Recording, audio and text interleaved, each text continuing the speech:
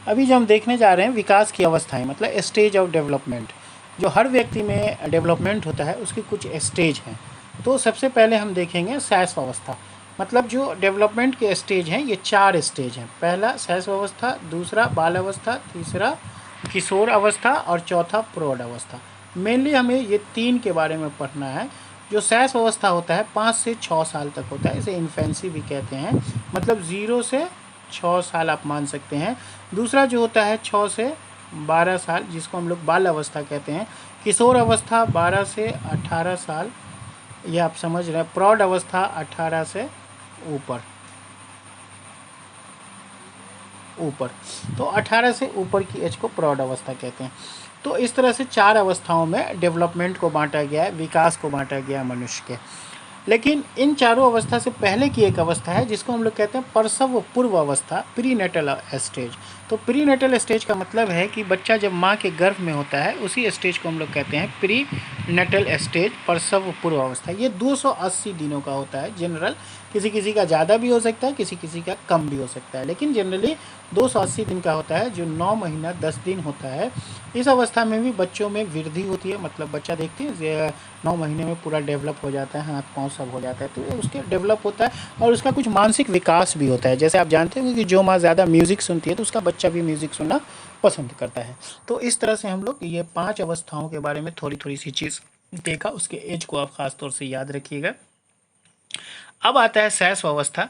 तो शैशव अवस्था के बारे में सबसे पहले हम देखेंगे कि इसे 2 भागों में बांटा गया है। पूर्व पूर्व बाल अवस्था और उत्तर पूर्व बाल अवस्था और उत्तर बाल अवस्था। इस तरह से 2 कालों में बांटा गया है। अब देखिएगा शैशव अवस्था जो होता है वो 2 कालों में बांटा गया है। मतलब पहला होता है उत्तर शैशव अवस्था और जो पहले 3 वर्ष होते हैं उसे कहते हैं पूर्व शैशव अवस्था। तो पूर्व शैशव अवस्था, उत्तर शैशव अवस्था, उत्तर शैशव अवस्था को ही पूर्व बाल अवस्था भी कहते हैं।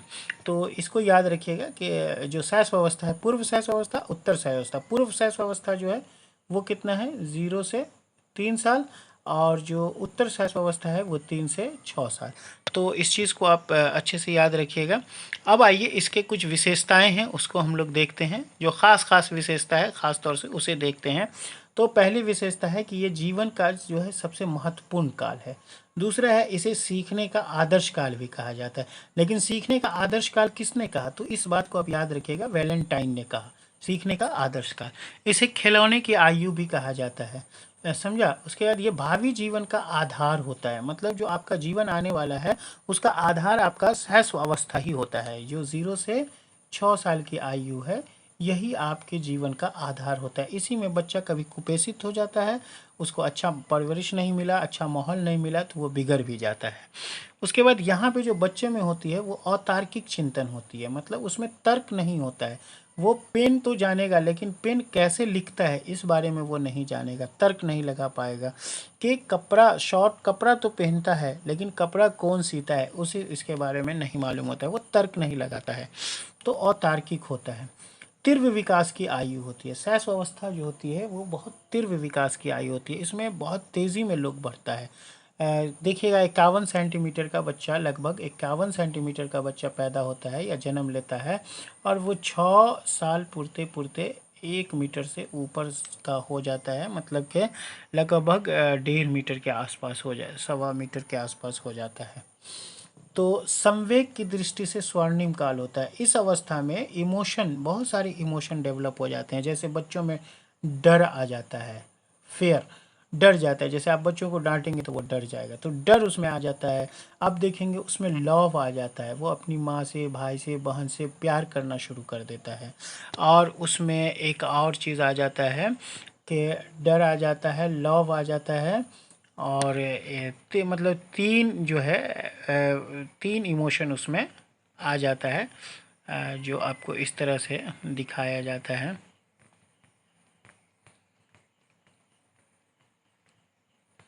देखिए उसमें डर आ जाता है, लव आ जाता है और क्रोध आ जाता है, भय।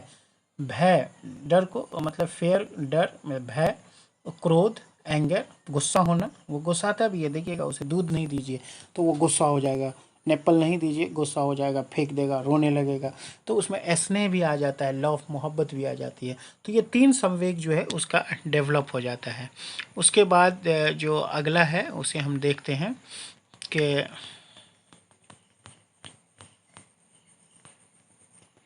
है ना। तो संवेग की दृष्टि से स्वर्णिम काल है, संवेग इसमें डेवलप हो जाता है। लेकिन एक बात और याद रखना होगा, जैसे उधर कहा गया है उसी तरह से कि अर्ध सोपान काल, इसे अर्ध सोपान काल कहा है। इस बात को याद रखिएगा कि अर्ध सोपान काल शैशवावस्था, लेकिन कहा किसने, कहा है थॉर्नडाइक ने। इस बात को भी आप याद रखिएगा।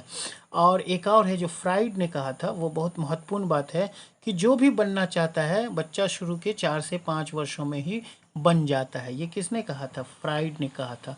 मतलब कि 4 से 5 साल जो आपका जीवन है उसी को देख करके कोई भी बता सकता है कि आप क्या बनने जा रहे हैं। तो इस तरह से कुछ महत्वपूर्ण बातें थी जो ऊपर हमने बता दी। इसलिए इसे हम लोग क्या कहते हैं, एक निर्णायक काल कहते हैं। इनको क्या कहते हैं, निर्णायक काल कहते हैं। समझ रहे हैं ना। और जो बच्चा जन्म के समय 6 से 8 पाउंड के बीच होता है, इस बात को याद रखिए। चूंकि शैशव अवस्था 0 से स्टार्ट होता है, इसलिए जन्म की बात पूछी जा सकती है। तो जन्म के समय बच्चा 6 से लेकर 8 पाउंड का होता है।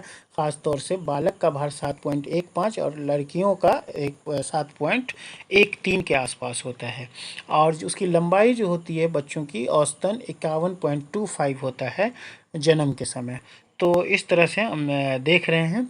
और जो दिमाग का, मस्तिष्क का जो भार होता है 350 ग्राम होता है जन्म का, लेकिन वही 6 वर्ष पूरते पूरते 1200 से 1400 ग्राम के बीच का मस्तिष्क हो जाता है। तो कुछ मोटी मोटी बातें हैं। जो दिल की धड़कन है 140 के आसपास रहती है, जो हड्डियां हैं 270 के आसपास होती है, कब, जन्म के समय। लेकिन आप जानते हैं कि दिल की धड़कन जो है वो 72 के पास आ जाती है सिमट के, जब आदमी प्रौढ़ अवस्था में जाता है। वही हड्डियां 206 हो जाती है। तो पूर्व शैशवावस्था, ये सब हम लोग जो देख चुके हैं, ये भी हम लोग जान चुके हैं। भावी जीवन का ये आधार होता है। शारीरिक विकास बहुत तेज़ होता है और बड़ी ग्रहणशील अवस्था है ये जो शैशवावस्था है बहुत ग्रहणशील है। बहुत ग्रहणशील का मतलब है कि इस अवस्था में बच्चे बहुत सारी चीज़ों को बड़ी तेज़ी में एक्सेप्ट करता है और उसका शारीरिक विकास भी तेज़ी में होता है। तो ये बड़ी ग्रहणशील अवस्था है, इसलिए इसके क्या कहा गया है, बड़ी ग्रहणशील अवस्था है। इसमें जितने भी स्नायु है ना उसका डेवलपमेंट हो जाता है। जैसे आप जानते हैं सेंस ऑर्गन्स, जैसे आपको मालूम है कि इसकी स्किन है या फिर नाक है, मतलब सूंघने की कैपेसिटी है, चखने की कैपेसिटी है, या सुन देखने की है। ये सब जो है डेवलप हो जाता है। मांसपेशी डेवलप हो जाता है, पाचन तंत्र डेवलप हो जाता है, प्रजनन तंत्र डेवलप हो जाता है। ये सारी चीज़ें डेवलप हो जाती है, मतलब सारी इंद्रियां डेवलप हो जाती है। 5 इंद्रियां हैं, फिर आंतरिक अंग जो पाचन तंत्र वगैरह सब डेवलप हो जाता है, मांसपेशियां डेवलप हो जाता है। लेकिन ये सब डेवलप तेज़ी में होता है, लेकिन अचानक में नहीं होता है, कर्मिक होता है, धीरे धीरे होता है। 5 साल 6 साल में सब कुछ हो जाता है, लेकिन वो धीरे धीरे होता है। तो इस तरह से आप समझ गए होंगे। इस अवस्था में बच्चे आत्म प्रेम की भावना रखते हैं, मतलब वो अपने आप से बहुत ज़्यादा प्रेम करते हैं। कोई भी चीज़ आएगा तो वो सबसे पहले अपने लिए उसका समझेगा, वो किसी को देना पसंद नहीं करेगा, यहाँ तक कि माँ बाप को भी जल्दी नहीं। तो उसमें आत्म प्रेम होता है, वो अपने से ज़्यादा प्यार करता है उस वक्त। समझा। काम प्रवृत्ति भी होती है। काम प्रवृत्ति खासतौर से वो सेक्सुअल नीड्स वगैरह के बारे में कहा गया कि बच्चे में भी सेक्सुअल नीड्स होती है। जब उसे आप छुएंगे तो उसे अच्छा लगेगा और उसको गोद लेंगे तो उसे अच्छा लगेगा। तो ये काम प्रवृत्ति है। उसके बाद आ जाता है उसमें 3 संवेग जो बता चुके हैं, फेयर, क्रोध और लव उत्पन्न आ जाता है। नैतिक विकास नहीं होता है उस टाइम में बच्चे में, मतलब नैतिक विकास का मतलब उसे अच्छे बुरे की सोच नहीं रहती है, क्या अच्छा है क्या बुरा है ये वो नहीं जानता है ना। और अपने ग्रुप के साथ खेलना वो पसंद करेगा, किसी के साथ भी वो खेलना उसे बहुत अच्छा लगता है, इसीलिए इसे खेलने की आयु भी कहते हैं। और वो रुचि अभिरुचि लेने लगता है इस एज में। 3 साल के बाद जो बच्चा है ना किसी किसी चीज़ में रुचि लेगा और रुचि नहीं भी लेगा, तो आपको पता चल जाएगा कि बच्चे की रुचि किस ओर है। समझा। और उसमें दोहराने की प्रवृत्ति होती है, ये भी जानिए। जब बच्चा इस एज में होता है शैशव अवस्था में, तो वो बड़ों की चीज़ों को दोहराता है, इसलिए आपको उस वक्त सतर्क रहना होगा। आप अगर ठीक से हैं तो बच्चा भी ठीक रहेगा। जैसे ख़ास तौर से हस्बैंड वाइफ जब एक साथ होते हैं तो बच्चे उनको ध्यान में रखते हैं, तो उस वक्त हमें उस तरह की कोई हरकत नहीं करना चाहिए जिसका कि बच्चों पे निगेटिव असर पड़े। शिक्षक जो होते हैं इस एज में तो शिक्षक नहीं है, ख़ास तौर से घरेलू शिक्षा ही होती है, इसलिए माँ बाप को ख़ास तौर से सतर्क रहना चाहिए कि उसका बच्चों पे निगेटिव असर नहीं पड़े, नहीं तो वो दोहराने की कोशिश करते हैं। वो बड़े जिज्ञासु होते हैं, मतलब जब उसे कोई खिलौना दे दीजिएगा तो वो उसे खोल पखोल इधर उधर करके उसके बारे में बहुत कुछ जानने की कोशिश करेगा, तो वो बहुत जिज्ञासु होते हैं, इसलिए इसको खिलौने की आयु भी किया जाता है। वो क्यों और कैसे का क्वेश्चन बहुत पूछेगा, क्यों और कैसे, ये कैसे हुआ, वो कैसे हुआ, ये क्या है, वो क्या है, इस तरह का क्वेश्चन वो बहुत पूछेगा। वो अनुकरण करके सीखता है, आपकी नकल करके सीखता है, और इसलिए इसे सीखने का आदर्श काल कहते हैं। वो जितनी भी चीज़ों को देखेगा वो उससे सीखेगा। और इस एज में बच्चे दूसरों पर निर्भर रहते हैं, किस पे, दूसरों पर निर्भर रहते हैं, खाने पीने के लिए, बहुत सारी चीज़ों के लिए, कहीं जाने के लिए, है ना, तो दूसरों पे निर्भर रहते हैं। और बच्चे कल्पना जगत में रहते हैं, वास्तविक दुनिया के बारे में उसे पता नहीं रहता है। वो हर चीज़ के बारे में बस हल्का फुल्का सोचता है, लेकिन उसे वास्तविक दुनिया के बारे में पता नहीं रहता है। तो इस तरह से हम देखते हैं कि इस एज के जो बच्चे होते हैं, इस चूँकि खेल में ज़्यादा पसंद करते हैं, तो इसलिए उसे खेल विधि द्वारा ज़्यादा पढ़ाना चाहिए। इसलिए कहा जाता है कि इस एज के बच्चे को किंडरगार्टन या खेल विधि के द्वारा ज़्यादातर पढ़ाई करानी चाहिए। उसके बाद आता है कि स्वतंत्रता प्रदान कर आत्मनिर्भर बनाना चाहिए, उसे बहुत हद तक स्वतंत्रता प्रदान की जानी चाहिए। तो इस तरह से हमने देखा कि शैशव अवस्था के बारे में कुछ विशेषताएं और उससे जो जुड़ी हुई कुछ सिद्धांत या कुछ बातें कुछ मनोवैज्ञानिक ने कहा, वो सारी बातें हमने देखा। अब हम लोग देखते हैं बाल्यावस्था, जो दूसरी अवस्था है। ये अवस्था 6 से लेके 12 वर्ष के बीच की अवस्था है, चाइल्डहुड स्टेज ऑफ डेवलपमेंट। तो इसे दो भागों में बांटा गया है, संचय काल जो 6 से 9 वर्ष है, और परिपाक काल जो 9 से 12 वर्ष है। ये बस काल को याद रखिएगा कि इसे दो काल में बांटा गया है। इसे हम लोग प्रारंभिक विद्यालय की आयु कहते हैं। आपको मालूम होगा कि बच्चा को 6 साल की आयु में ही विद्यालय की ओर भेजना चाहिए। इस एज में जो है ना, बच्चे भ्रमण करना, लोगों के साथ घूमना, बिला वजह घूमना, इधर उधर बौड़ाना, इसलिए इसको क्या कहते हैं, बहुत पसंद करता है, तो इसलिए इसको भ्रमण काल कहते हैं। अब देखिएगा आपका बच्चा ये बाइक पे जाना बहुत पसंद करेगा, कहीं घूमना बहुत पसंद करेगा, मार्केट जाना पसंद करेगा, आपके साथ दुकान जाना पसंद करेगा, तो इसे बिला वजह घूमने वाला काल कहते हैं, यानी भ्रमण काल कहते हैं। उसके बाद स्थूल संक्रियात्मक होता है, ये चीज़ को याद रखिएगा, ये बहुत अनोखा काल होता है। अनोखा काल का मतलब है इसमें बच्चों में बहुत सारी चीज़ें डेवलप होती है, वो बहुत सारी चीज़ों को जानना चाहता है। यहाँ पे जो है ना उसे बहुत मतलब उसका जो है संज्ञानात्मक विकास हो जाता है, इसलिए इसे अनोखा काल भी कहा जाता है। उसे कुछ बनने का मौका मिलता है, उसे अपनी बातों को रखने का मौका मिलता है। तो इसे अनोखा काल किसने कहा था, इस बात पे भी ध्यान रखिएगा कि कॉल एवं ब्रूश ने कहा था इसे अनोखा काल। उसी तरह से है निर्माण काल, मतलब भावी जीवन की सफलता असफलता की नींव भी यहाँ पे पड़ जाती है कि आप क्या हैं, कैसे हैं। यहाँ पे बच्चा टोली में रहना, मतलब ग्रुप में रहना, दल में रहना, समूह में रहना, अपने हम जिनसी बच्चों के साथ क्या करता है, वो एक ग्रुप बनाना शुरू कर देता है और उसके साथ रहना पसंद करता है। इसे खेल की आयु कहते हैं। किसकी आयु कहते हैं, देखिए ये जो शैशव अवस्था था वो खिलौने की आयु थी, और इसे क्या कहते हैं, खेल की आयु। शैशव अवस्था खिलौने की आयु थी, इसे क्या कहते हैं, खेल की आयु कहते हैं। बाल अवस्था खेल की आयु, ठीक है। उसके बाद इसे गंदी आयु भी कहा जाता है। देखिएगा बच्चे को अच्छी बुरी चीज़ों के वाला, कहीं भी जाएगा तो कहीं पे खेल रहा है, बालू से खेल रहा है, किसी चीज़ से खेल रहा है ना। चार साथी मिल गए तो कीचड़ में ही कूद गए, पानी में ही कूद गए, तो इसे गंदी आयु भी कहा जाता है। ये बहुत स्फूर्ति काल होता है, मतलब इसमें चुस्ती और फुर्ती होती है बच्चों में। इस काल में चुस्ती और फुर्ती होती है बच्चों में, वो बहुत तेज़ी में कोई भी काम करता है। समाजीकरण का काल होता है, यहीं पे बच्चे दोस्ती माँ बाप से या फिर भाई बहन से या फिर आस पड़ोस के छोटे बच्चों से या फिर और लोगों से दोस्ती करना शुरू कर देता है और आपस में ग्रुप बना के रहना शुरू कर देता है। तो ये समाजीकरण का काल है ना। और खेल में भी समाजीकरण होता है, तो खेल की आयु है तो समाजीकरण का काल है। यहाँ पे बच्चों में मूर्त चिंतन आ जाता है। मूर्त चिंतन का मतलब है कि वो किसी भी चीज़ को देख करके समझ जाता है, उसके बारे में चिंतन करना शुरू कर देता है, तो मूर्त चिंतन आ जाता है। मतलब जो भौतिक चीज़ें हैं उसके बारे में वो बड़ा है, छोटा है ना, ब्लू है, काला है, लाल है, या खुशबू देने वाला है, या ख़राब चीज़ है, तो मूर्त चिंतन उसमें आ जाता है। मतलब देख करके उसके बारे में कुछ बता पाता है वो। कल्पना शक्ति एवं अमूर्त चिंतन का प्रारंभ काल कहा जाता है। इसमें कल्पना शक्ति जो होती है ना, मतलब भविष्य में जाके किसी चीज़ के बारे में सोचना, या अमूर्त चिंतन जो कहते हैं कि अब ये पढ़ेंगे हम तो आगे क्या होगा इसका नतीजा, तो इसका थोड़ा थोड़ा ध्यान, मतलब उसको ख्याल आने लगता है। इसलिए कहा जाता है ये अमूर्त चिंतन या कल्पना शक्ति का प्रारंभ काल है। सामाजिकता विकसित हो जाती है, ये आप समझ गए। नए कौशल क्षमताओं का विकास आने लगता है बच्चों में, तो इसलिए कहा जाता है कि ये वृद्धि का स्वर्णिम काल है। इसको याद रखिएगा, वृद्धि का ये कौन सा काल है? स्वर्णिम काल है, क्योंकि नए कौशल और क्षमताओं का विकास बच्चों में आना शुरू हो जाता है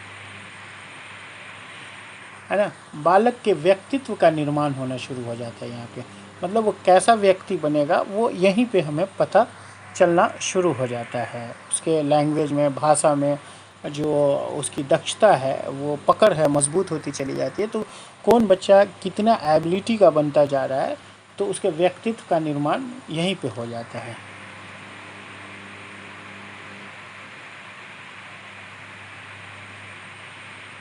ना। यह अवस्था अनेक परिवर्तन का काल होता है, इसे हम लोग याद रखेंगे। अच्छा, एक चीज़ और है, इस अवस्था में बच्चा नो बहुत कहता है। जब उसे कोई काम कहेगा नो, है ना, तो इस तरह का इसलिए नो कहना शुरू कर देता है बच्चा। इस बात को भी याद रखिएगा कि नो कहना शुरू कर देता है। और वो नियमित कार्य को करना पसंद नहीं करता है। नियमित किसी एक कार्य को करना वो पसंद नहीं करता है, बल्कि अपने रुचि में वो हमेशा बदलाव लाना चाहता है, और वो हमेशा रोमांचकारी कार्य करना चाहता है जिसमें उसे मज़ा आता रहे।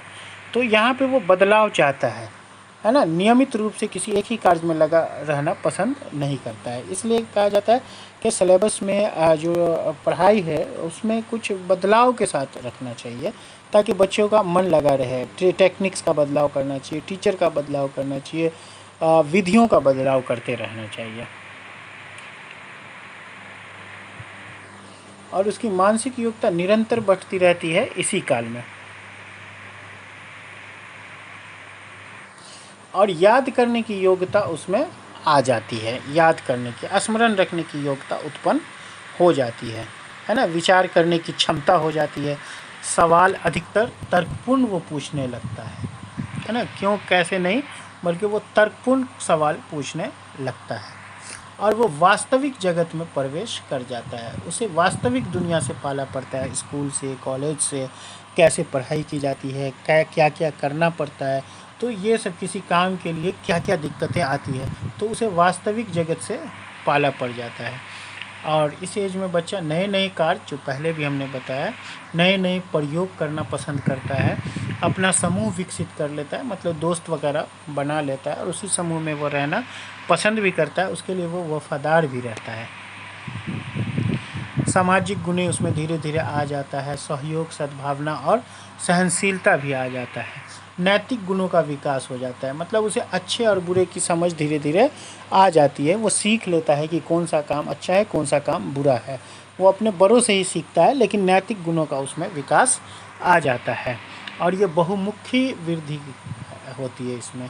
चीज़ें इकट्ठा करता है, ख़ास तौर से उसमें चीज़ों को इकट्ठा करने की। जैसे हम लोग के दौर में लोग टिकट इकट्ठा करते थे, जो डाक टिकट होता है, रेलवे टिकट होता था, तो टिकट इकट्ठा करते थे। कुछ खिलौने इकट्ठा करते हैं, कुछ बच्चे कोई और यूनिक चीज़ को इकट्ठा करना, सिक्के का इकट्ठा करना, नए नए सिक्के किसी और देश के, किसी और देश के, या पुराने सिक्के सब, उसको इकट्ठा करना।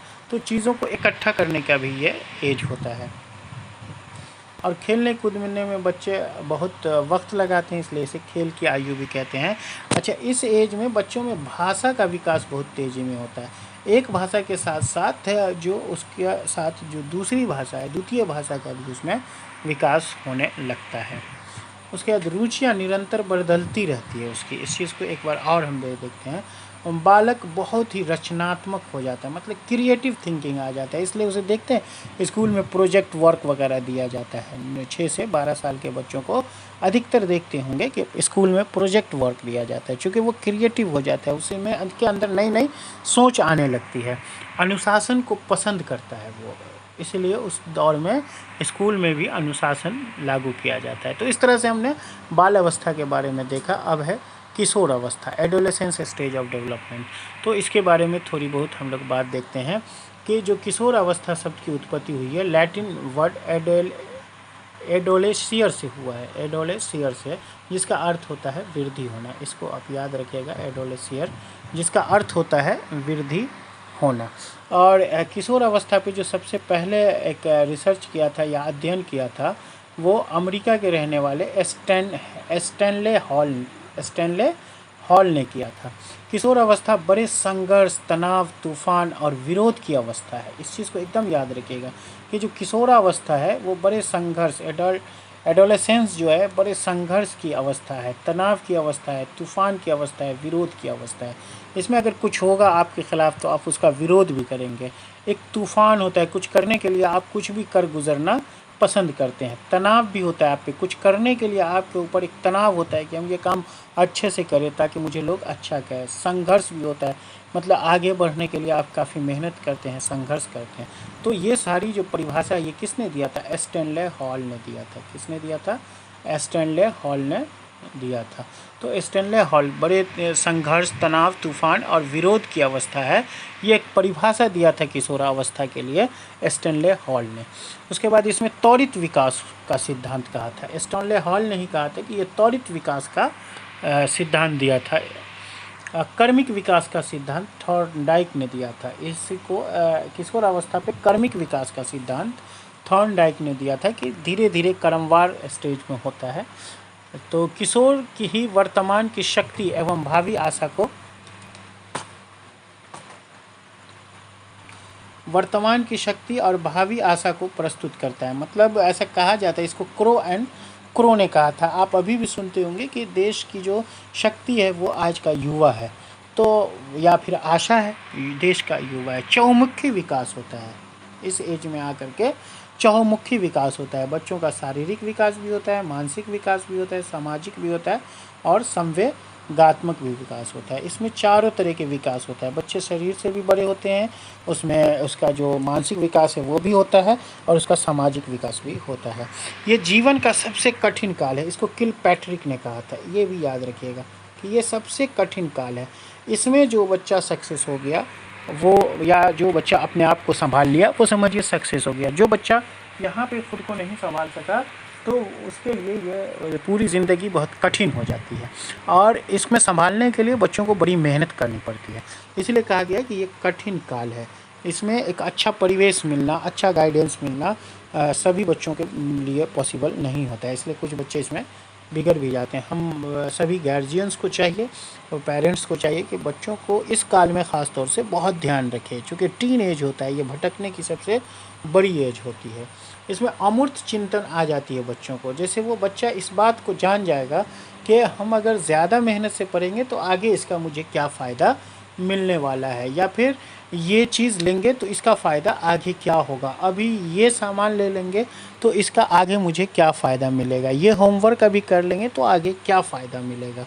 तो ये अमूर्त चिंतन आ जाता है इसमें। मतलब जो चीज़ हम नहीं देख रहे हैं वहाँ तक हम सोच पाएंगे। दल भक्ति आ जाती है, मतलब जो समूह से आप रहेंगे उसके लिए एकदम अपने आप को डिवोट रखेंगे, हर वक्त उसके लिए आप तैयार रहते हैं। आपके जो दोस्त होते हैं उसके लिए, आप ग्रोह के लिए। अटपटी या उलझन की भी अवस्था है। बच्चे कभी कभी उलझन में फंस जाते हैं कि हमें क्या करना चाहिए, क्या नहीं करना चाहिए। तो ऐसा भी स्टेज आता है कि वो उलझन में फंस जाता है। इसलिए कहा जाता है अटपटी या उलझन की अवस्था है। मतलब वो दो रास्ता होता है, ये करें या ये करें। कभी कभी सब्जेक्ट चूज़ करने में ही बच्चा फंस जाता है। देखिएगा कि बच्चा जब मैट्रिक पास करता है तो इंटर में सब्जेक्ट चुनने में उसे परेशानी होने लगती है कि मैथ ले, बायो ले, आर्ट्स ले, क्या किधर क्या फ़ायदा होगा। तो वो उलझन की अवस्था है। समस्याओं की अवस्था है। इसी तरह से उसके सामने बहुत सारी समस्याएं आती रहेंगी। सब्जेक्ट की समस्या, पढ़ाई की समस्या, कौन से टीचर से पढ़े, कौन सा टीचर अच्छा है, कौन सब्जेक्ट पढ़ें, ये समस्या उसके सामने हमेशा बनी रहती है, क्या काम करें, है ना।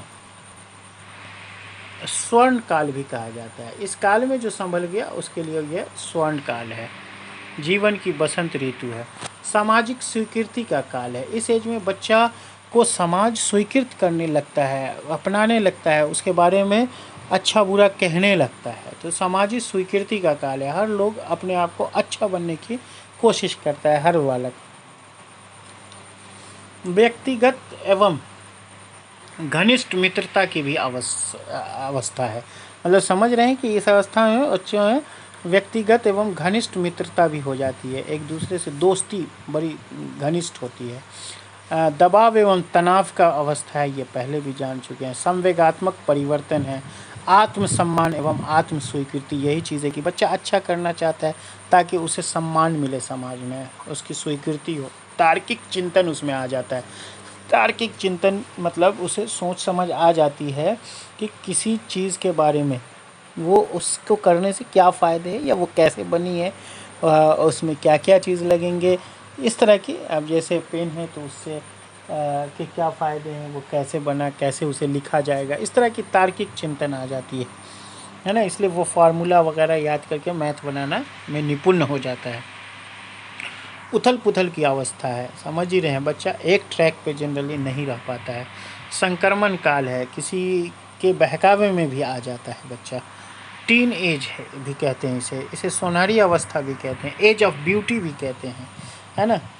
तो ये सब भी याद रखिएगा। आश्चर्यजनक वृद्धि और परिवर्तन देखा जाता है इसमें,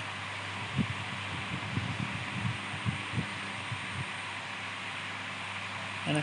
दूसरी चीज़ यहाँ पे विषम लंगी समूह बनाता है, मतलब लड़का लड़कियों के से भी ग्रुप बना लेता है और लड़के लड़कों से भी जुड़ जाता है, तो विषम लिंगी समूह भी बनाते हैं लड़का। व्यवसाय चुनाव की चिंता भी होती है, मतलब उसे इस बात की चिंता होती है कि हम किस तरफ जाएं कि हमारा थोड़ा सा सोर्स ऑफ इनकम भी बढ़े, तो व्यवसाय चुनाव की भी चिंता होती है।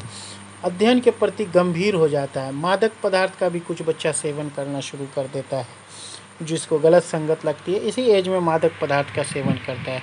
समाज सेवा और देशभक्ति भी बच्चों में इसी एज में आ जाती है। आत्मनिर्भर होने की कोशिश करता है, वो सोचता है कि हम ज़्यादा से ज़्यादा कमाएं और अपने ऊपर निर्भर हो जाएं। मानसिक स्वतंत्रता जाता है, वो दबाव में आना पसंद नहीं करता है। विद्रोह की स्थिति भी होती है इस अवस्था में, क्योंकि उसके ख़िलाफ़ जब होता है कुछ या उसे लगता है कि ये गलत हो रहा है तो वो विद्रोह पे भी उतारू होता है। तो इस तरह से बाल अवस्था, है ना, शैशव अवस्था, बाल अवस्था और किशोर अवस्था के बारे में हमने जाना। उसी में एक जो प्रसव पूर्व अवस्था थे उसके बारे में भी हमने मुख्य बातों को जाना। तो आपसे रिक्वेस्ट है कि आप इस चैनल को सब्सक्राइब करें, लाइक करें, ताकि अगले को भी फ़ायदा हो, वहाँ तक आप शेयर भी करें। जो भी आपके जानने पहचानने वाले हैं जो बीटेड सीटेड या बीएड वगैरह की तैयारी कर रहे हों, तो उन लोगों तक भी इस वीडियो को शेयर करें ताकि अगले को भी फ़ायदा मिले। और आप इसे लाइक और सब्सक्राइब ज़रूर करें और अगले वीडियो का भी इंतज़ार करें। जनरली हम 4 दिन पे वीडियो डालते हैं ताकि आप हर वीडियो को अच्छे से परिपूर्ण तरीके से अध्ययन कर सकें, ताकि आपका फ़ायदा हो। ये गारंटी है कि जब आप अच्छे से अध्ययन करेंगे तो आपका सीटेट निकलेगा। और ये मैं कहता हूँ कि जैसे ही मतलब बाल विकास के बाद आपको दिक्कत नहीं है, उसके बाद बहुत तेज़ी में आपका ग्रोथ होगा। तो चलिए वीडियो यहीं ख़त्म करते हैं। आपसे रिक्वेस्ट है कि आप इसे लाइक करें।